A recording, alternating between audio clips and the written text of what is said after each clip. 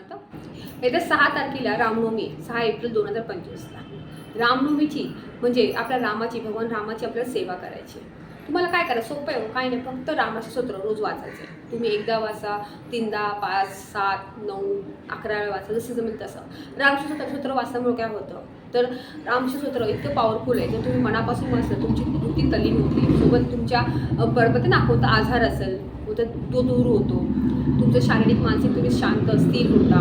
मग ते खूप चांगलं पॉवरफुल आहे. आणि तुम्हाला कसं वाचायचं आहे, तर तुम्हाला ओवी 9पर्यंत ते वाचायचं आहे. तुम्ही जर 3 वेळा वाचताय की 11 वेळा वाचताय, ओवी 9 वेळा, 10 वेळा तुम्ही ओवी 9पर्यंत वाचायचं आहे. आणि 11 वेळा तुम्ही फलश्रुती वगैरे, कारण 9 नंतर फलश्रुती आहे, त्यामुळे नंतर तुम्ही फलश्रुती वाचायची.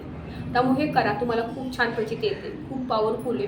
ही सेवा तुम्ही पाडव्यापासून सुरू करायची तर रामनवमीपर्यंत. कारण की जशी चैत्र नवरात्र सुरू होते तशी रामनवमी पण सुरू होते.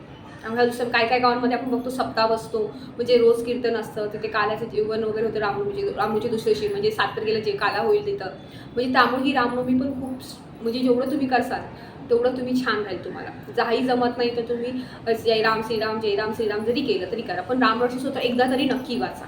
तुम्हाला खूप छान प्रचिती येईल. त्यांनी मुलांसाठी चांगले, मुलांची बुद्धी तल्लीन होते, त्यांचं सुरक्षा कवच एक होतं, एक बोलतं ना, एक सुरक्षा कवचाकडून होतं, ते सुरक्षा कवचही होतं. त्या मुलांनाही ते करायला सांगा, तुम्ही स्वतःही करा, वेळ काढून नक्की वाचा. श्री स्वामी समर्थ.